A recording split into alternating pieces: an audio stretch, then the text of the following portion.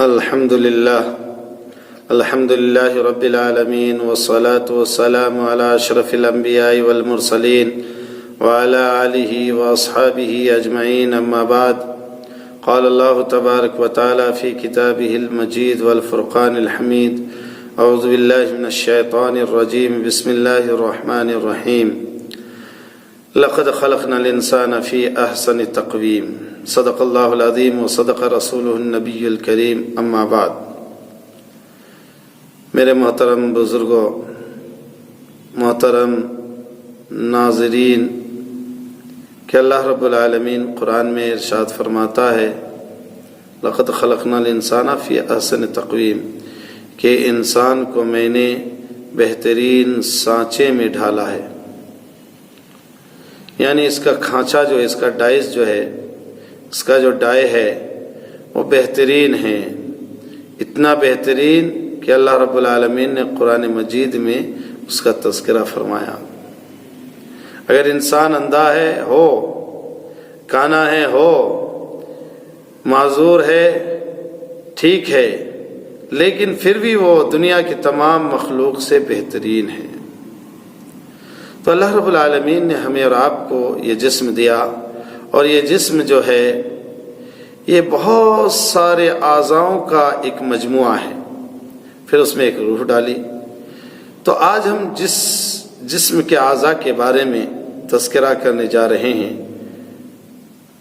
وہ ہے دماغ، یعنی مغز، برین.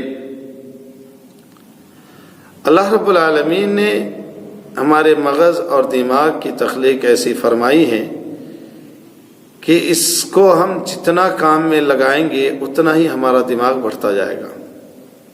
اور اگر ہم دماغ کو کام میں نہیں لگاتے ہیں، اس کو سوچنے سمجھنے میں نہیں لگاتے، تو یہ لاغر ہو جاتا ہے، کمزور ہو جاتا ہے، اور سوچنے کی صلاحیت جو ہے کم ہوتی جاتی ہے. اگر ہم دماغ کے ساخت کے اعتبار سے دیکھیں کہ اللہ تعالیٰ نے اس کی ساخت ایسی بنائی ہے کہ اس کے اندر جو ریشو ہوتے ہیں، ان ریشوں کو اگر تار یعنی وائر یا رسی بنایا جائے اور پھیلایا جائے تو ان کی لمبائی 5 لاکھ کلومیٹر تک ہو جاتی ہے. اور زمین سے چاند کا فاصلہ 2,40,000 کلومیٹر ہے. اور چاند کا راؤنڈ اپ یعنی اس کی گولائی جو ہے وہ 8,000 کلومیٹر بنتا ہے. گویا اگر زمین پر بیٹھ کے دماغ کے ریشوں کو زمین پر باندھ دے اور چاند پر لے جائے اور واپس آئے تو یہ 2 مرتبہ چاند پر جا کے آنا، پھر جانا پھر آنا کے برابر جو ہے وہ دماغ کے ریشوں ہیں. چنانچہ اب دماغ کے اندر اللہ رب العالمین نے پین پوائنٹس رکھے ہیں، پین پوائنٹس، اور ہر ایک پین پوائنٹس کے اندر شیل ہے. اور اس شیل کو اگر ہم دنیاوی طور سے آزمانا چاہے کہ اس کا پیمانہ کیا ہے، یہ کتنی سوچنے کی صلاحیت رکھتا ہے، تو کہتے ہیں کہ ہر پوائنٹ میں کمپیوٹر کی جو کیپیسٹی ہوتی ہے، ایک کمپیوٹر کے اندر جو ایک اچھا کمپیوٹر ہے اس کے اندر جو کیپیسٹی ہوتی ہے، وہ کیپیسٹی کے برابر جو ہے یادداشت اور دماغ کو پھیلانے اور دماغ کو استعمال کرنے کی صلاحیت ایک پن پوائنٹس کے شیل میں ہوتا ہے. چنانچہ عام آدمیوں میں اگر آپ دیکھیں تو 1 سے 2% ہی دماغ لگاتے ہیں، اس سے زیادہ دماغ نہیں لگاتے. عام آدمیوں کی بات کر رہا ہوں.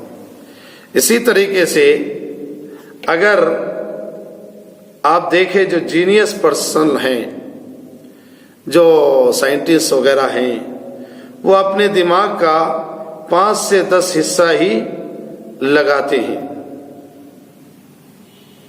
تو 5 سے 10 حصہ دماغ لگانا کس کے بارے میں بتایا جا رہا ہے؟ جو سائنٹسٹ لوگ ہیں، جو چاند پہ جا رہے ہیں، جو زمین سے معدنیات نکال رہے ہیں،